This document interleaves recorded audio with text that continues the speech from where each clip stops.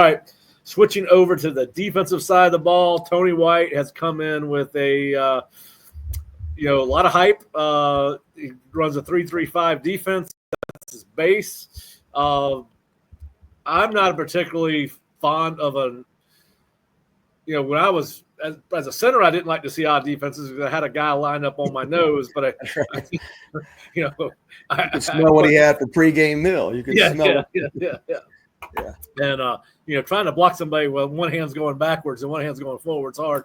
But I think it creates a lot of issues for the center. I do think it opens up some opportunities and some angles that you don't get in an even defense. But what are your thoughts on the 3-3-5? How multiple you think he will be? Because, listen, I think that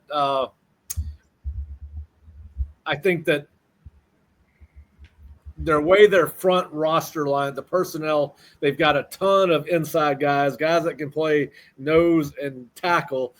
Not a whole lot of proven depth at defensive end. Almost every defensive end is new on this football team. What do you think? How multiple he's going to be? And I think what FSU fans would be interested in, how much will this contrast with what Adam Fuller did last year?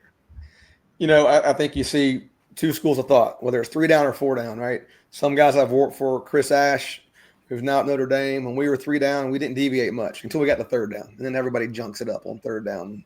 1st and 2nd down, we didn't deviate much. We were going to be a 3 down front and that structure. When I was with Randy at UCF or even Adam here at Florida State, 1st and 2nd down, we're going to never really deviate from our 4 down structure. I think Tony, and just much like probably guys I worked for, there was probably Jay Bateman back at Elon, who's now at Texas A&M. I think Tony will be very multiple. He's going to play that 3 down front where the boundary end is a stand-up hybrid linebacker where they bring him on the rush at times when they drop him off in the flat or wherever they have him work. But they're going to be real multiple. I think you'll see him stem fronts. I think you'll see him, move pre-snap in and out of 3 and 4 down. I think for 2 reasons. A, I think he has the people. He's got more athletes here than he probably had in Nebraska or Syracuse when I've seen him coach. And he's got more weapons. And because maybe he doesn't have as many true defensive ends, I don't know, with James and some of the guys that have joined the team, maybe that allows you to create, more than just winning one-on-one matchups. So I think Tony will be real multiple. I'm excited. I'm not a huge 3 down guy. I love 4 down. What I love about Florida State and coaching here is it's one of the few places in the country where you can continually get 4 great defensive linemen on the field at one time. And I think that would bear out over the draft the last 25 years, Florida State, Florida, some of these SEC, Georgia, Alabama.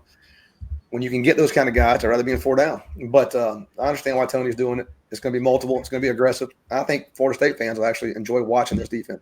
And final point, it probably couldn't be more 180 on 1st and 2nd down than what you saw the last couple of years.